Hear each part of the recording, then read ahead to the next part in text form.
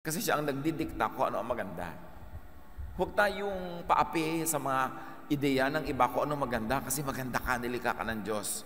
Baka hindi ka lang ang pinapauso ngayon ng mga produkto, ng mga magazine kasi wala silang itinitinda para sa iyo o para sa iyong economic capacity. Pero walang nilika ang Diyos na pangit. Kasi Diyos ang manlilika, alam nga namang mali siya. Kahit hindi ikaw ang bet ng mga judges sa contest na sinalihan mo, sumali ka uli next year, iba na yung judges, baka manalo ka na. Di ba? Maraming ganong mga karanasan, natalo nung minsan, sumali uli, nanalo na, kasi iba na yung judges. So, pag may nagja-judge sa'yo, ikaw lang kasi ang judge. Pag may ibang judge, siguradong wonderful ako. Depende yan eh. Psalm 139, 15-16, Nothing about me is hidden from you. Ang kausap dito, Diyos. But with your own eyes, you saw my body being formed. Even before I was born, you had written in your book everything I would do. Unti-unti pa lang akong nabubuo sa sinapupunan ng aking ina, nanonood na kayo, O Lord. Kayo kasi may likha sa akin. Alam nyo ang nilikha nyo at alam nyo kung anong pupuntahan ang nililikha nyo. Kaya nandun pa lang ako, nalilikha, alam nyo na ang landas na tatahakin ko sa buhay. Itinakda nyo na ako magiging ano ako. Kaya nililikha nyo ako na maging magaling sa math. Siguro gusto nyo ako maging engineer. Itinatakda nyo na ginagawa nyo ako magaling sa musika. Siguro gusto nyo akong kumanta sa church. O kumanta kung saan-saan. Kasi ganun nyo ako nilikha. Therefore, ganun ang kalooban nyo para sa akin. Kaya alam nyo na kung anong pupuntahan ko. Kasi hindi ko naman pwedeng hindi puntahan yung nakatakda. Kung saan nakahapay ang kahoy, doon bubual, sabi na matatanda. Ang pinakamahirap sa buhay ay yung lumalaban ka sa iyong hilig. Hindi mo sinusunod ang iyong hilig, yung design sa iyo ng Diyos, kaya tuloy hindi ka mag-excel. God designed and predetermined your general personality, your general direction in life. Kaya nga pati sa psychology, na-profile na nila ang mga tao, yung mga temperaments daw. May sanguine, merong phlegmatic, merong choleric, merong melancholic. Generally, ang mga tao magfo-fall under those 4 big categories. Kasi talaga may categories. Merong kingdom, merong phylum, merong class, may family, may species, may subspecies. Meron talagang ganon. So God designed your destiny. But not the specifics.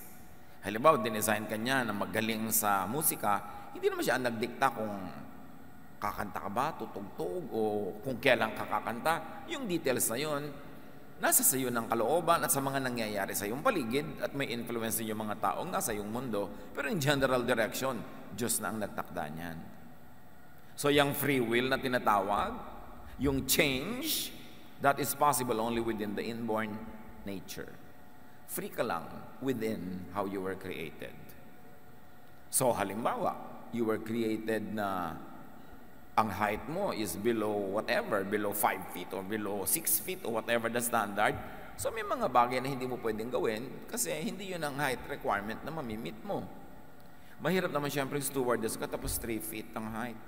Kasi hindi mo maaabot yung mga unan doon sa ibabaw, di ba? Pero kung gusto mong sumali halimbawa sa Navy, gusto mo magtrabaho sa loob ng submarine, hindi pwede yung 6-footer kasi uuntog ka. Maliliit ang mga pinto doon. So, bagay naman doon yung hindi masyadong matatangkad. Kanya-kanya. You are free to operate within the context of how you were created. So, ikaw ay cactus, free kang tumubo at lumabay at mamulaklak sa mga tuyo na paligid.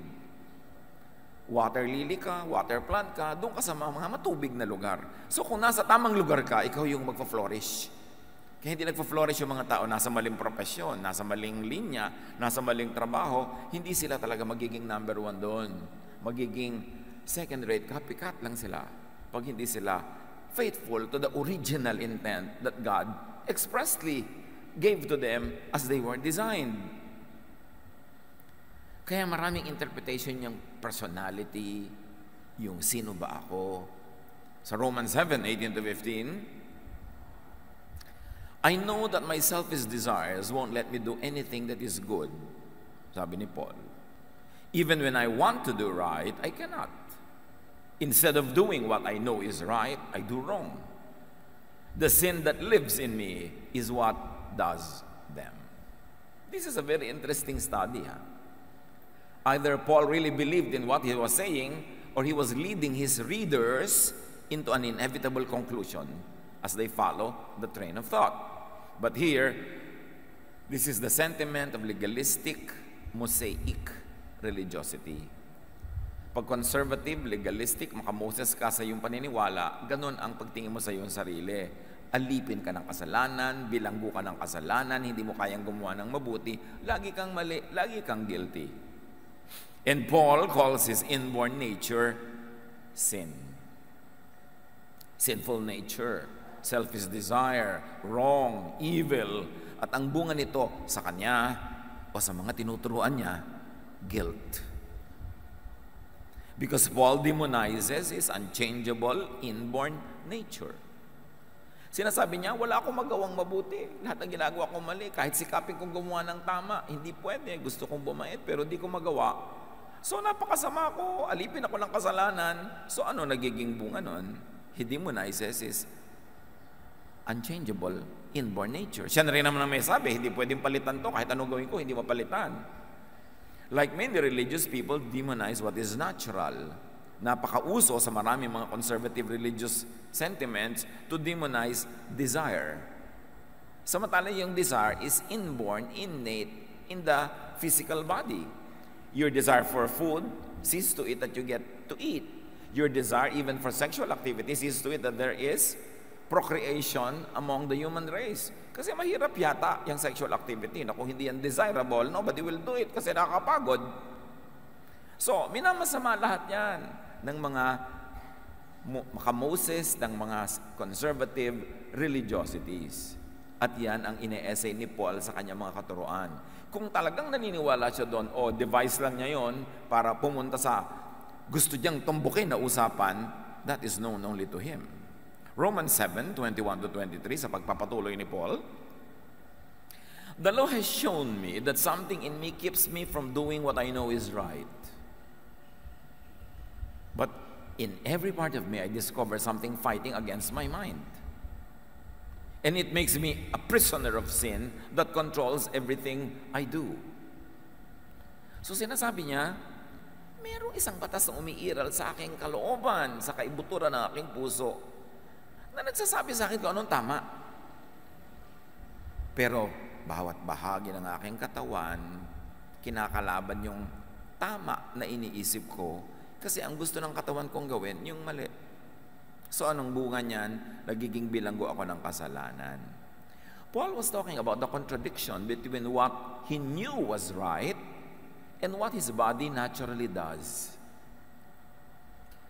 Sabi niya, malinaw sa aking isip, na actually ang ibig sabihin ni Paul ay ito, malinaw sa aking paniniwala, malinaw sa aking kinagisnang katuruan, malinaw sa nakasaksak sa utak ko na standard of what is right and wrong, malinaw doon kung anong tama. Pero pag tinignan ko ang bawat bahagi ng aking katawan at ginagawa ko araw-araw, yung mali ang ginagawa ko. So may gera, yung iniisip ko at pinaniniwalaan kong tama at dapat sa katotohanan ng buhay ko na totoong nangyayari. Paul's natural self and mind and belief about what is right fight each other. So there was constantly a warfare because there is a warfare mindset. Alam niyo yung mga nalahian, nabahira, naturuan ng conservative religiosity influenced by the hatred of the Greeks to anything material or that belongs to the body because they only want the spiritual world. Anything like that, laging naka-warfare mindset. Kalaban ng aking espiritu ang aking tiyan na matakaw. Kalaban ng aking espiritu ang aking katawan na gusto magpahinga at masarapan. Kalaban ng aking kabanalan, ng aking mga sexual appetites. Laging pinaglalaban yan. This is very Greek, which influenced many New Testament Christians and even Old Testament Jews. Ang bunga ng ganitong pag-iisip, stress, and of course, inevitable defeat. Lagi kang talo. Kasi, minamasama mo yung natural, yung natural ang laging mananalo dahil yun ang natural, So yung ideya mo, your concept of spiritual perfection, your concept of an achievable morality will always lose. So you will be divided. You will be confused. That's why many religious people are depressed. Kasi depressive isipin na lagi kang talo. Pero kung magiging totoo ka sa sarili, if you judge yourself according to the standards of religious morality, lagi ka talagang talo. Here, Paul equates the law with what is good, and therefore with God. And then he equates his nature as sinful, and therefore bad. That's why he calls himself evil. And if you are in that kind of thinking, you will call everyone else evil. Because everyone else will fail by the standards that are in your mind. And even in their own minds. Kaya maraming religious systems nakadevelop ng coping mechanism dyan confession. Total, lagi mo rin naman ginagawa, bibigyan kita ng way out of guilt, confession. At naging malaking negosyo rin yung confession na yan. Kasi, ang mga tao, kahit sa mong ilublob na relihiyon, pare-pareho lang yan ang gagawin at iisipin araw-araw. Kahit ano pa ang relihiyon nila. And since Paul observes that this sinful nature prevails anyway, he thus considers himself a prisoner of sin. Is that how you consider yourself? A prisoner of sin? A hopeless sinner? Laging loser? Laging guilty? Laging masama? Kaya mga ibang tao sasabihin nila, pasensya, tao lang. This tao lang can be positive. It could be a way out of guilt. It could be a coping mechanism. But it could also be negative. When you say tao lang in the sense na tao lang ako, therefore talo talaga, therefore masama talaga, samantalang sinasabi ng Psalm, I am wonderfully made. So pag sabi mong tao lang ako, to mean talagang masama ako, marumi ako, hindi totoo that you were wonderfully made. So Paul problematizes what controls him, the way he was designed, his nature. And when you problematize your own nature, you will have a lifelong problem because your nature will never leave you because you are your natural self. Paul fights his nature and destiny. Therefore, it will be a lifelong stress. Romans 7:24. What a miserable person I am. Who will rescue me from this body that is doomed to die? That is why I was proposing that we look at Paul two different ways. One, did he believe in what he was saying, that he was really inherently evil and hopeless? Or he was engineering the discussion to get to the heart of the matter. Yung pag ganyan ang pag-iisip mo, pag ginadjudge mo ang sarili mo, sinusukat mo ang sarili mo by these religious standards, miserable ka. At dahil miserable ka, sinong makakapagligtas sa iyo sa misery na yan? And of course, Paul was driving at Jesus. He was bringing the topic to Jesus. He was making you know and feel that you're helpless so that you will look for help in the right place, and that is in Jesus. Ang galing niya magsulat. Paul thinks he fails miserably. Of course, he would think that if he really believed in what he was saying. But what if he was saying that, not because he believed in it, but because that was the belief of his readers?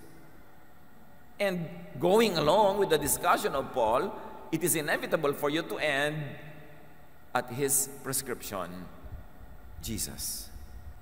Na yun ang sagot sa hopelessness mo. Paul realizes his salvation, Jesus, which really is Jesusness. See Jesus, the person. Jesusness is the ideal, the whole teaching, the whole essence of Spirit that was revealed in Jesus. And it is possible that Jesusness could be revealed, could be expressed, could be understood and enjoyed even in the context outside of Israel, outside of Christianity, because Jesusness is the idea and it can live in anybody. So may Jesusness din sa mga non-born again Christians. Kahit yung mga tinatawag ng mga pagans, yung mga tinatawag ng mga unbelievers, unchurched, when they love, when they are loving, when they are forgiving and accepting, meron silang Jesusness. Although probably formally and legally, wala sila nung formal religion na Christianity. Kaya mahalagang ma-separate sa utak ng tao yung Christianity itself as a religion and Jesus and Jesusness. Because Jesusness can be experienced outside of Christianity. Because God loves all people. God reveals to all people. Kaya nakikita nyo ba, kahit kaya naging born-again Christian, naging committed sa evangelical, Bible-based Christianity, ang dami nyo makikita kamag-anak nyo na hindi nyo kasama sa church pero ang buti ng ugali. May Jesusness sila. At marami kayong makikita sa church na hindi Jesusness ang ugali. Impactoness. Kahit pa sila born again at inilublob mo ilang beses sa baptism, may impactoness pa rin. So it is possible for Jesusness to thrive outside of formal religion. Siyempre, press release lang ng mga religion, sa kanila lang may salvation. Para doon ka mag-member at doon ka mag-ambag. Pero pwede bang ikulong ang Jesusness sa wall ng church, ng anumang relihiyon? That's why it's important to understand the spirit of Jesusness. Jesus is the person. Jesusness is the idea, the Spirit of God revealed in the person of Jesus. And that same idea could be revealed elsewhere, in other times, in other places. Other people can also experience the love of God kahit hindi sila narating ng mga Christian missionaries. Yung franchise ng missions, yung franchise ng mga churches and religions, press release lang yon para masolo nila ang mga converts. But the Spirit of God fills heaven and earth. The earth belongs to the Lord. Hindi pwedeng dumating lang ang Diyos sa Pilipinas kasama ni Magellan noong 1521. Siyempre, yung Spirit of Jesusness had always been with the people who are loving, who are caring, who are forgiving, and accepting. And that Spirit saves. That Spirit, that mentality, that understanding will bring you into the presence of God with or without formal religion. Hindi naman kasi pwedeng masolo ng relihiyon ng Diyos. Nauna ang Diyos sa relihiyon. Yung mga relihiyon, mga franchises yan, mga licenses, mga pag-aangkin sa Diyos. Pero hindi pa aangkin ang Diyos kahit kaninong religion. Kaya importante maintindihan natin the Spirit of Jesusness that was in Jesus. Because it can also live in you, it can live in other people. So, yung sinasabi ni Paul na napakasama ako, wala akong pag-asa. Is it a Pauline belief? A Pauline teaching? Or just a Pauline device to drive his readers and his listeners to the inescapable conclusion that outside of Jesus, they will only be in Moses, they will only be in legalistic religiosity, they will always be condemned. But clearly, Paul believed and taught grace. Paul believed and taught life through Jesus. And he very clearly also taught death through Moses, through the law. Sa lahat ng nagsulat dyan sa collection ng New Testament, napakalinaw ng pagkakaunawa ni Paul sa binigay ng Diyos na kaligtasan sa mga tao through Jesus and Jesusness. Now, the general essence and direction of individual personality is predetermined by unique inborn traits. Balik tayo sa yung natural self mo. Yan kaya ang tinatawag nila na genetic configurations, na talagang ikaw ay ikaw. Yung sinasabi na matatandang ang mangga ay hindi mamumunga ng santol, na madalas ay tinitingnan nila ang magiging ugali mo pag tinignan nila ugali na yung magulang at mga ninuno. There is a basic foundation that determines the general design. And only details and finer points could be altered or improved. Nilikha ka, yun ka na. So, sabi nga, even before I speak, you know what I will say, you know my thoughts. Kasi yung lumikha sa'yo, alam niya ang design, therefore alam niya ang yung tendency. Alam niya kung ano ang iyong magiging hilig. So, nililikha pa lang ikaw ng Diyos, alam na niya, nako, itong nililikha ko na to, lagi itong magkakakanta, magtututugtog, kasi ito ang pagkakalikha ko sa Kanya. Itong nililikha ko na ito, magiging scientist, kasi nililikha ko siyang maging ganyan. Ito magiging charitable, ito magiging matipid ito, magiging laging siya yung nagsisave, ito naman magiging gastador to. Ganon. So, kaya lang pag naging mag-asawa yung dalawa, World War III. Pero, hindi na yan naiiba. Pastor, i-counsel niyo po ang asawa ko para magbago. Magpalit ka na lang ng asawa, mas madali. Kesa palitan mo yung ugali ng asawa mo. Ayoko po magpalit ng asawa, yung pala, di tanggapin mo. Pero huwag kang may asawa, tas pinipilit mong ibahin. Magiging magulo buhay mo, magiging magulo ka rin sa kanya, magkakagulo-gulo kayo. Yan na yan, as is, where is. Mag-adapt ka, mag-adjust ka dyan. Intelligent people adjust. Kasi, hindi naman nababago ang tao. Mito lang yun. Bakit po nung na-born again yung isang pinsan ko, bigla nagbago? Pag-usapan natin yan maya-maya. Itanong mo kung ano nangyari after 6 months. That is why Psalm 139 verse 4 says, before I even speak a word, you know what I will say. Kasi kilala ka ng Diyos. Pagka ganito, magagalit yan. Pagka ganito sinabi mo, papautangin ka niyan. Alam ko ugali niyan. Ganito siya.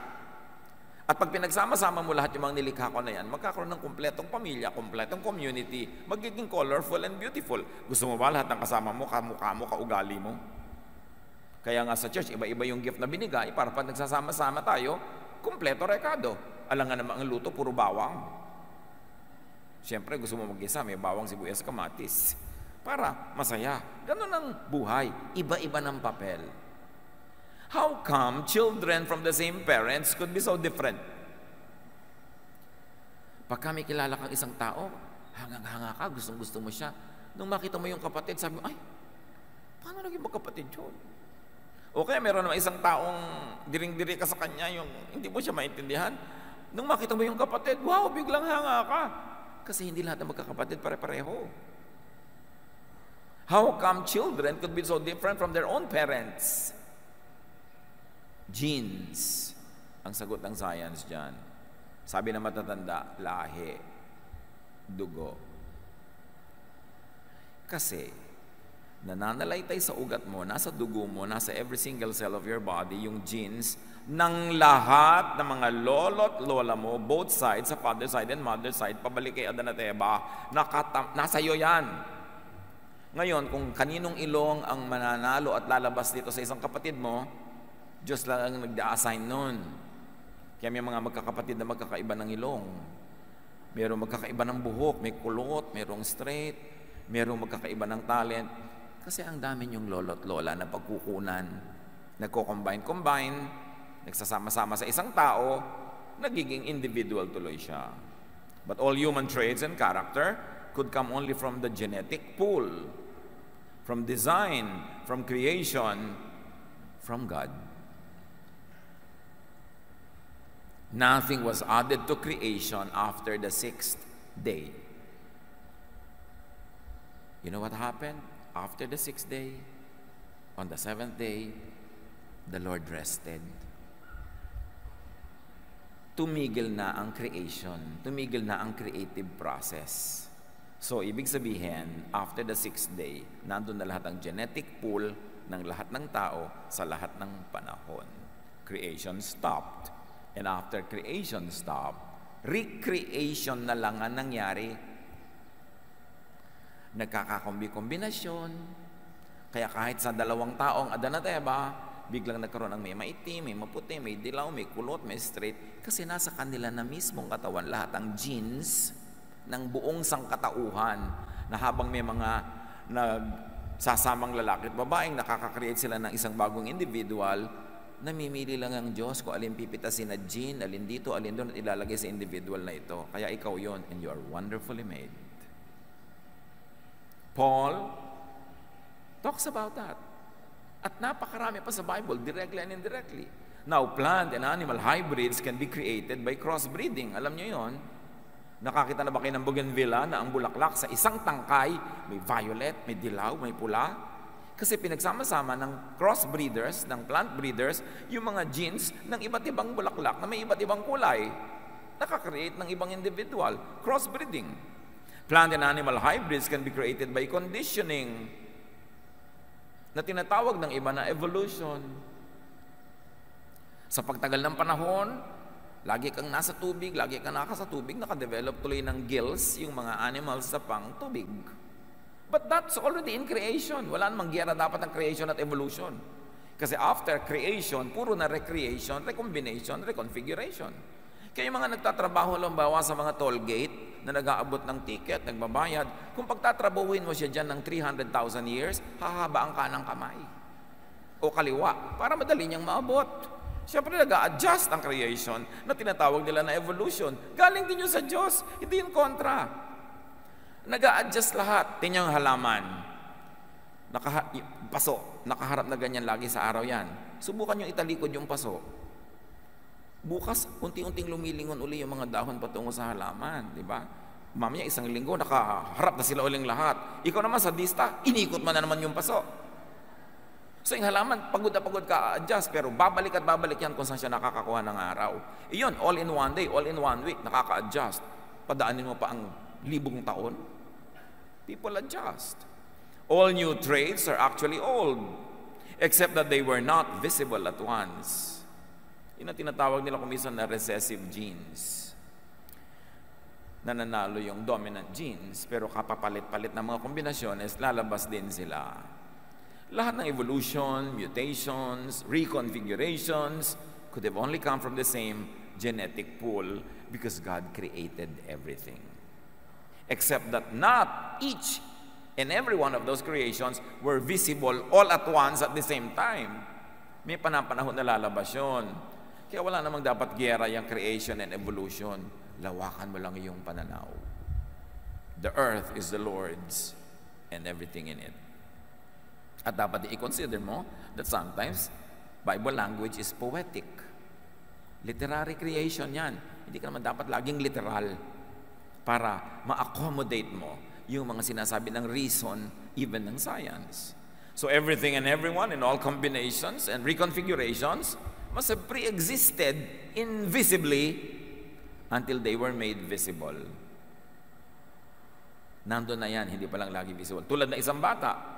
Kumisan yung isang bata, straight na straight ang buhok. Pagkasilang, pagkatapos pagka nag-9, 10 years old na, sumusimula ng kumulot. Sabi mo, ayan, lumalabas na yung buhok ng ama.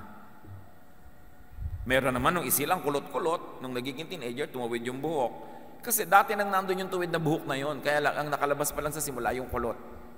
It takes time for reality to manifest itself in the material world. Kumisan ang lusog-lusog, tapos pag nag-30 years old, ayan, lumalabas na yung sakit ng ama. Ang ama kasi niya, nung 30, nagkaroon na ganun sakit. Pero hindi laging lumalabas agad. Yung mga ganyang katotohanan pre-existed invisibly until they were incarnated. Like the Word, Jesus pre-existed in the spiritual realm before the incarnation. Pero hindi pa lumalabas siya in the body, ibig sabihin wala siya. Nandun siya sa ibang dimension, pero pag niloob ng Diyos na ilabas na sa ating physical, earthly dimension, doon pa lang natin nakikita. Ephesians 1:4, even before He made the world,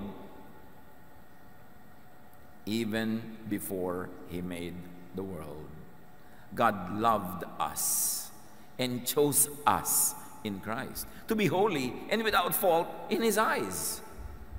So sabi, bago pa nauna ang mundo, nasa isip na ng Diyos, ikaw, kinrelate ka na niya, kaya lang hindi ka pa sumusuplot sa mundo. Parang si Jesus who was a Word, in the beginning was the Word, but then later on became flesh. Ikaw din, nag-pre-exist ka na sa isip ng Diyos. At doon pa lang, banal ka na. Malinis ka na, mahal ka na niya. Kaya lang later on, nung pinanganak ka, na-develop ang mga civilization, ginawa kang demonyo ng mga relihiyon. Pinasama ka ng mga man-made doctrines para kailanganin mo ang relihiyon, para kalinisin at maibalik ka sa Diyos. Yun naman tinuturuan ng relihiyon, di ba? Masama ka, mali ka, marumi ka, pero mag-member ka sa amin, ibabaptize ka namin, mag-tithe ka sa amin, lilinis ka uli, babalik ka sa Diyos. Ito yung press release. But before the foundation of the world, before religions developed, God already knew about you and God already made you holy in His sight. Until religion condemned people so that religion could be the sole dispenser of salvation. Palawakin ng pagkakaunawa sa Diyos, huwag siyang ikulong sa religious walls. Marami kasing ganyan. Pinipilit kang ibahin, baguhin ang religion para lagi kang kulang, para lagi kang ambag ng ambag, guilty ng guilty, confess ng confess, hanggang kamatayan mo na yon. Hindi mo na maaabot yung kagustuhan mong contentment with yourself. Jeremiah 13:23, can you ever change and do what's right? And even if so, what is right? Whose standard is right? Can people change the color of their skin? Or can a leopard remove its spots? Of course. The prophet knew the answer. No.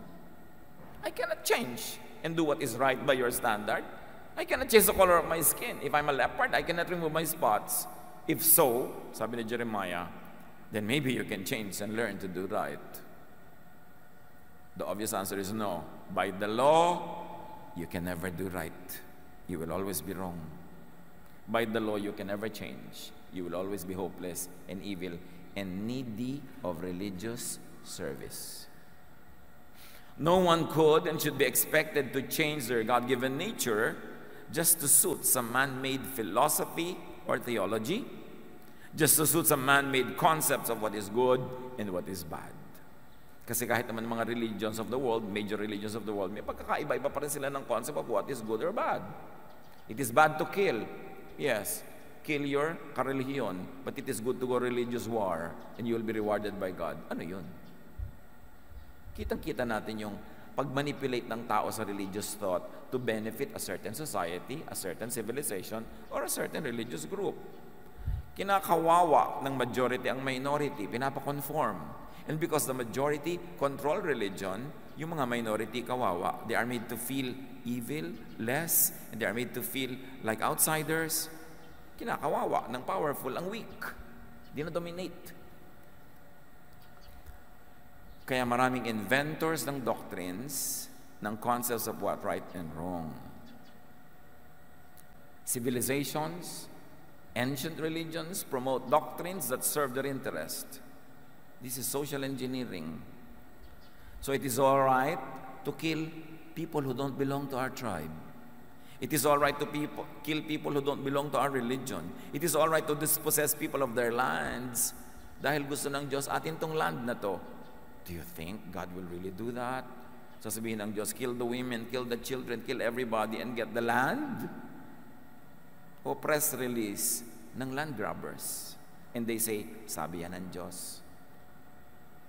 Ang Diyos ba naman na napakabuti at mapagmahal, ibibigay sa'yo yung nandun at pag-aari ng iba, tapos sabihin, patayin mo siya para maging sa'yo. You should critique even religious thought. Titingnan mo, sino nagbe-benefit sa teaching na to? Sino yung na-empower? Sino na di-disempower? And you will begin to know if it's man-made or not. Because many religions develop not really as a revelation from God, but as a social tool for engineering and social control. Study history. Kung paano na-develop ang mga religions. Siyempre, lahat yan i-claim, bumaba ang Diyos, kinausap yung kanilang founder. Pero sabi ng Diyos, patayin mo yung iba para maging sa'yo yung tinitira nila. Ganun. Maniniwala ka dun. Matthew 15:8-9. These people honor me with their lips, but their hearts are far from me. They worship me in vain. Their teachings are merely human rules. This is Jesus speaking and quoting even Isaiah 29:13. Sabi ng Diyos, hanggang bibig lang ang pagsamba sa akin ng mga relihiyones na yan. Malayo sa akin ang puso nila. Baliwala ang pagsamba nila sa akin kasi ang katuruan nila, imbento lang nila para sila ang mag-benefit. Jeremiah 14:14. Then the Lord said to me, the prophets are prophesying lies in my name. I have not sent them or appointed them or spoken to them. They are prophesying to you false visions, false divinations, idolatries, and the delusions of their own minds. Punong-puno na ang Diyos sa mga kabalbalan ng mga propeta, mga katuruan na sila lang ang nakikinabang, kaya ipinadala niya si Jesus. Liwanag para liwanagan ng madilim, daan para buksan ang nakasarang daan. Siya ang kapayapaan dahil naguguluhan ng mga tao. Siya ang kapahingahan dahil pagod na ang mga tao sa pagpapahirap sa kanila ng religious doctrines. Kaya ipinadala, and in Him the fullness of the deity lived in bodily form. There is no name given under heaven by which men are to be saved but by the name of Jesus. Because it is Jesus that reveals the true heart of the Father. Because the Father had been so misrepresented by religions for so many generations that people no longer knew God. They only knew the image, the false image of God created by religions. Kaya ipinadala si Jesus. That's why it's important to go back to basic Jesusness instead of just generalized religion or generalized Christianity. Go back to the heart of the matter. And that is Jesus. So despite the false prophets and teachers, despite what they say about you, accept yourself and others as God created you and as God willed that you would be acceptable to Him. And since the people had been misguided, Jesus was sent to guide them back to the reality that the Father loves us. And if we have been condemned by ourselves and by our traditions and our previous knowledge, then God forgives us. And you forgive yourself. And you get on with life. Do not reject people's realities because of invented religious teachings. Yung un-Jesus teachings. Nakita nyo yung un-Jesus teaching? Ito ang babae, nahuling nagkakasala, batuhin hanggang mamatay. That is the Moses teaching. Pero hindi siya ipinabato ni Jesus. Sabi niya, yung walang kasalanan, maunang bumato. In other words, hindi siya ipinabato. That is Jesus. Ibang-iba. So dapat malinaw ang pagkakaunawa natin kay Jesus. Huwag natin siyang ihalo sa iba. Kasi ipinadala siya. Sitting at the right hand of the Father, continuously interceding for His people. Accept yourself and others. And if you want to improve, that's good. But improve and change within your natural limits. You cannot be who you are not. Do not deny your truth just because some religious myths tell you that you are bad. Do not problematize and struggle with your truth. Yung mga truth natin, ano ba totoo tungkol sa inyo talaga? Do not struggle with it because God made you. You were conditioned probably by culture, by tradition, by religion, by philosophy to think that you are not good, that you are bad. But God created you. Look at your innate, natural self. Siyempre maraming nadagdag sa ating sarili bukod doon sa inborn. Yun ang pwedeng palitan, pwedeng ayusin. Pero yung basic inborn, accept it, live with it, be happy with it because you were made by God. Do not burden yourself and do not burden others with impossible demands for change. Anong sabi ni Jesus tungkol sa Sabbath? Hirap na ang mga tao sa pagsunod sa Sabbath. Naging amo nila ang Sabbath. Sabbath was made for man, not man for the Sabbath. Sabi niya. Ginawa niyo yung Diyos ang Sabbath, pambihira naman kayo. Pagod na kayo sa pagsunod, nahihirapan na kayo. Gusto niyo nang gumaling, pero bukas na lang kasi Sabbath ngayon. Gusto niyo kumain, hindi kayo kakain dahil Sabbath ngayon, hindi kayo pwede magsaing o magluto. Gusto niyo mamasyal, hindi kayo makapamasyal dahil Sabbath ngayon. Sabi niya, Sabbath was made for man, not man for the Sabbath. It is for your welfare, not to make your life miserable. And apply that, extend that to religion. Religion is to set people free, not imprison them. Religion is for man, not against man. Not man for religion. Pero baligtad, ang 99% ng umaandar sa utak ng mga tao, na-enslave sila ng system. Do not let oppressive and discriminatory standards and laws dictated by the majority, by the powerful, enslave you. Do not submit to groups that demonize your reality. Sasali ka, tapos walang ginawa kundi kastiguhin ka, sabihin masama ka, mali ka, pagiltihin ka, ba't ka sasali? Ba't mo papahirapan ang sarili mo? Kaya nga si Jesus, nagtuturo outside of the temple, not inside. Si John the Baptist, nagbabautismo sa labas ang temple, not inside. Dahil naaapi kayo mga tao doon sa loob Jesus accepts and loves you before the world began. Word ka pa lang, hindi ka pa flesh. God already knew you, configured you and loved you, and gave you value and calling.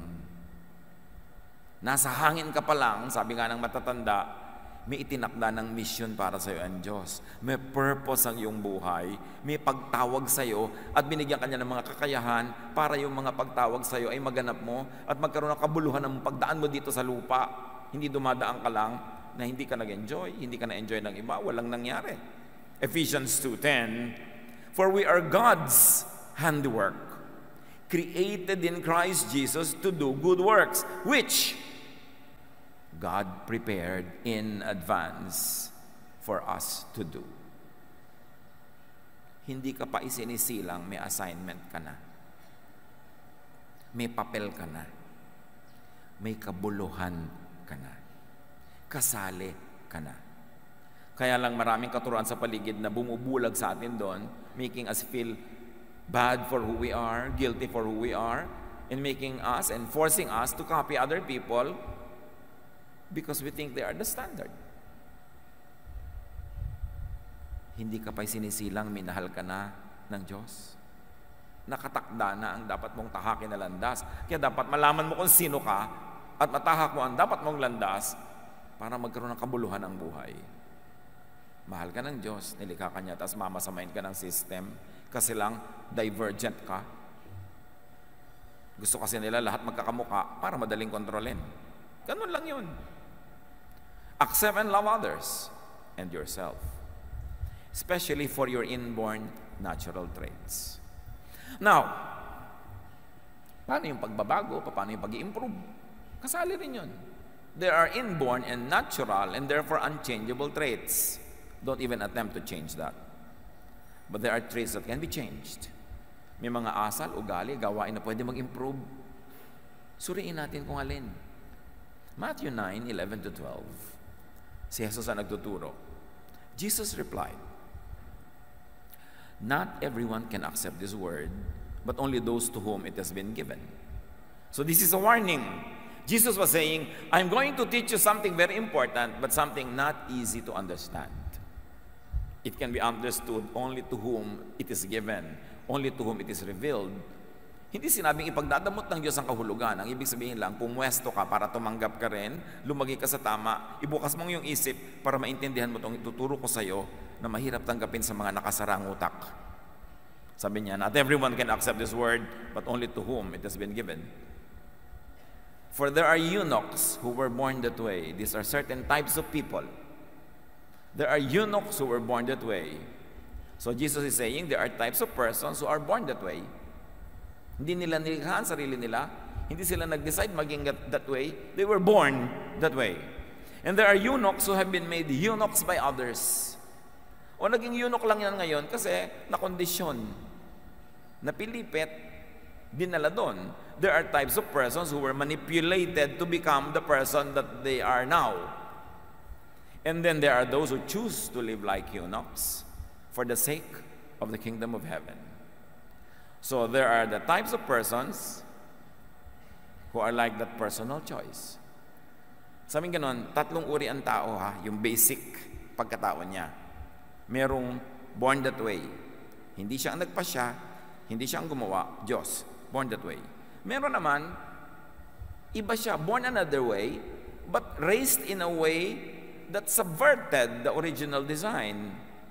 Nurture. Ni-nurture siyang maging ganito. Pinilit siyang maging ganito. Pinilipit siyang maging ganon. So ngayon, pilipit siya. Hindi siya talaga yan. Napilipit lang siya. So pwede mo yung tanggalin na pagkapilipit, pero mahirap, masakit at matagal, pero pwedeng baguhin yan kasi hindi naman siya born that way eh. And then there are those who are there, who are like that because they choose to be like that. So, ganyan siya kasi pinili niya. Therefore, pwede ngayon din, araw mismo, palitan niya yung sarili niya kasi pwede siyang pumalit. Kasi pinili lang niya eh. So, pwede siyang pumili ng iba naman. And the one who can accept this, sabi niya, so should accept it. So, according to Jesus, people are what they are because of nature, inborn, because of nurture, conditioning, and because of choice. It is their free will that operated. So, despite religious experience, sa kabila ng isang katerbang pagka-born again, pagbabasa ng Bible, pag-attend ako ano-ano mga seminar at mga relihiyon, born this way people cannot and will not change unto the idealized, but to them is an unnatural persona. Kahit anong lublob sa relihiyon ang gawin mo sa isang tao, yung born that way will not be changed. Hindi siya mababago. Napaka-unfair at napaka-lupit. Expectan mo siyang magbago, palitan yung inborn nature dahil lang na-born again siya. Dahil natural should not mean normal. Normal means only the majority. It's common and usual. Pero may mga tao na yung natural nila is the abnormal, meaning hindi sila katulad ng nakararami, minority sila, uncommon, unusual. Pero yun ang natural nila, born that way. Cruel yung sasabihin mo, hoy, born again ka na, dapat magbago ka na. Meron mga, hoy, born again ka na, naninigarilyo ka pa rin. Yung pala, acquired yun na-addict na siya. So kahit siya kumain ng pages ng Bible, secret pa rin siya naninigarilyo. Kasi it is an acquired behavior. Hindi yun born that way, kasi hindi naman siya pinanganak na naninigarilyo. Pero na-acquire, naging habit, na-nurture, it can be changed. But only when re-nurtured, reoriented, retrained. It takes time. So huwag mong expect na born again lang siya ngayon, iba na siya bukas. Hindi applicable yung mga ganyang expectation sa mga born this way. Those who were pressured dahil ang ina-expect ng lahat ng mga church bullies, hoy, born again ka na, dapat ganito ka na, dapat gano'n ka na, biglang naging ganyan na siya, na-pressure lang yon. Posing as changed would only backslide. Kaya yung mga dali-daling pinagtetestimony, nagbago po ako, wala tinagap po ang Panginoon, palakpakan ng mga tao, buong luhaan at duguan nila pinapalakpakan, tapos 2 months from now, magbabackslide, pagchichismisan nila. Kasi pinuwersa lang ng expectation na mag-testify at magbago. Yung pala emotional trip lang niya yung pagbabago, pero yung born that way niya, hindi kayang baguhin yun ng kahit ilang baptismo. Pagkatapos, i-condemn siya ng church na kahapon lang yung nagbubunyi sa kanyang testimony. Pinuwersa kasi siya magbunyi at mag-testify sa isang bagay na napilitan lang pala siya. Now, people who are made eunuchs by others at the time, condition, nurtured people, will change.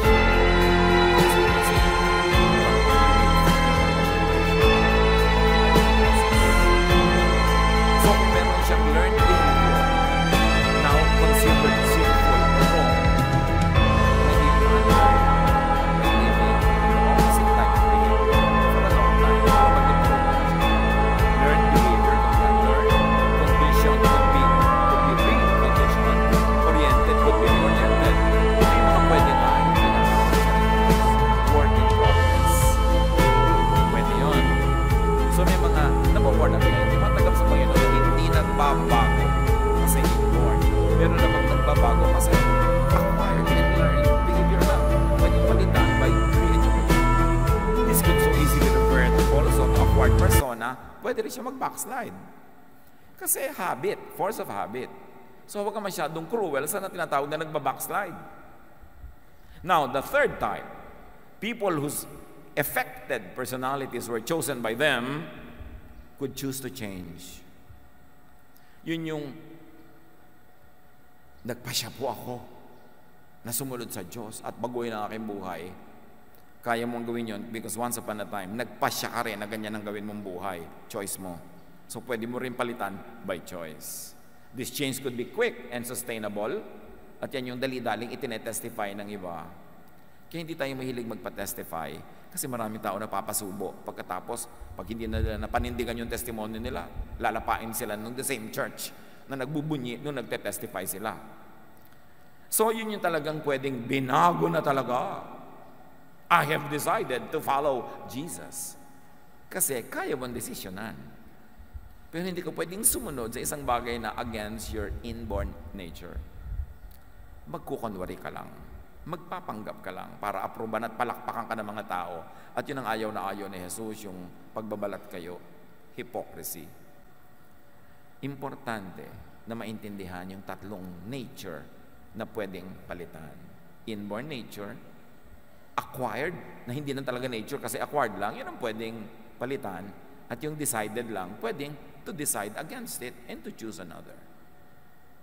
Jesusness sets people free from wrong-headed expectations, from judgment, from rejection, and from stress.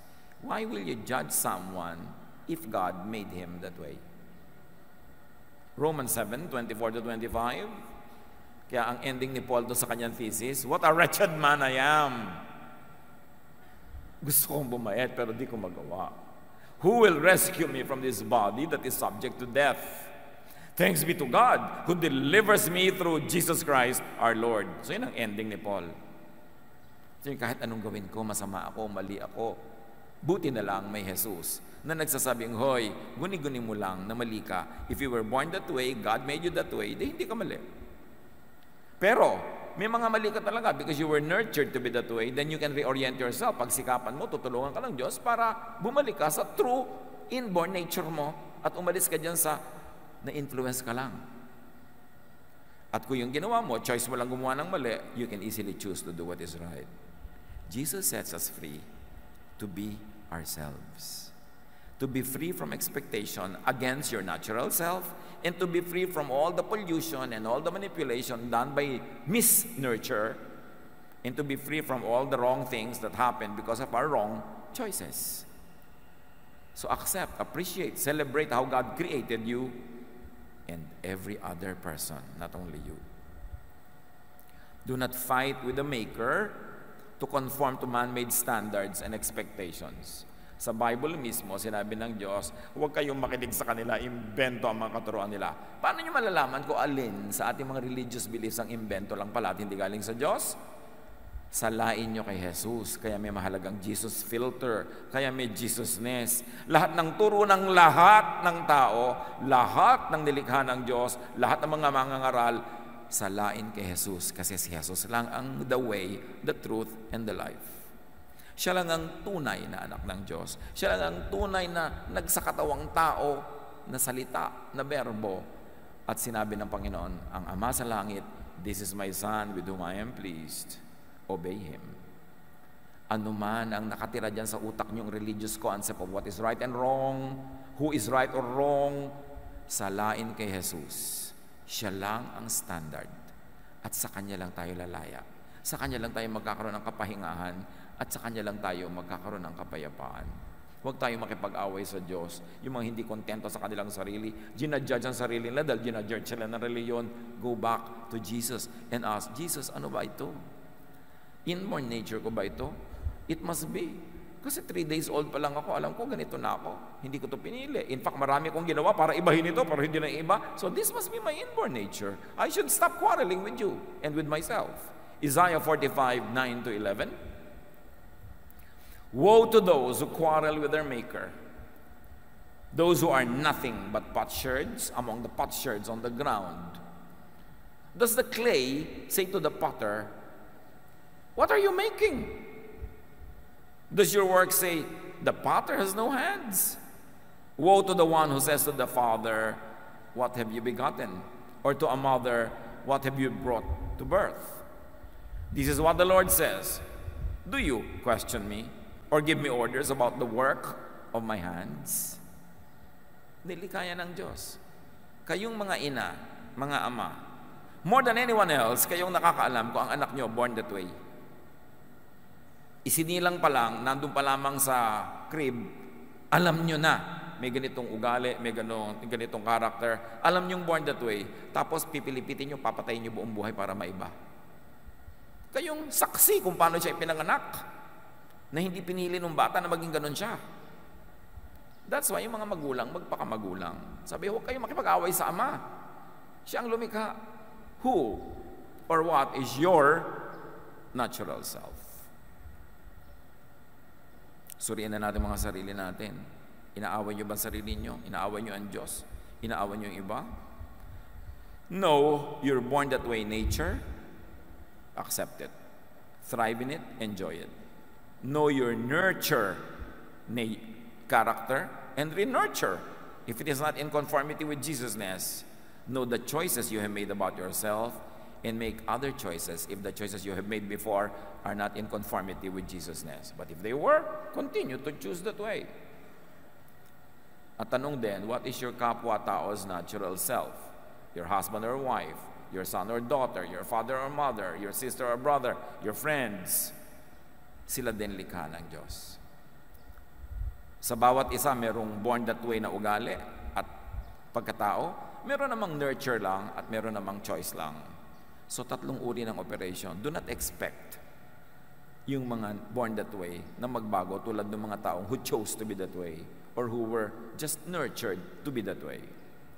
What needless struggles and stress do people go through as they force themselves and others to suit man-made religious and social ideals? God sent His Son to set us free. Matthew 11:28-30, sabi niya, "Come to me, all of you who are tired and heavy laden, and I'll give you rest. Take my yoke upon you and learn from me. My yoke is easy, my burden is light, and you will find rest for your souls." Yun ang gusto ni Jesus para sa atin, rest. So stop contending with your Creator and stop contending with your kapwa creation. If Jesus teaches us to love even our enemies, surely we can more easily love our non-enemies, others, even ourselves, who were born this way, or who were made that way by others, or who were made that way by their own choices. Dear God, teach us to assess ourselves, to know kung anong dapat naming tanggapin sa aming pagkatao at pagkatao na aming kapwa, kung anong pwede naming improvein according to Jesusness, anong pwede naming palitan, kasi pinili lang naman namin, therefore pwede naming piliing palitan. Ipakita mo sa amin kung paano kami nagiging malupit sa kapwa by insisting that they become what we think they should be. Maging sa aming sarili, nagiging malupit din kami. Set us free from these mindsets. Liwanagan mo ang aming isip, dalhin mo kami sa tuwid at tamang daan, at pairalin mo ang Jesusness in our lives.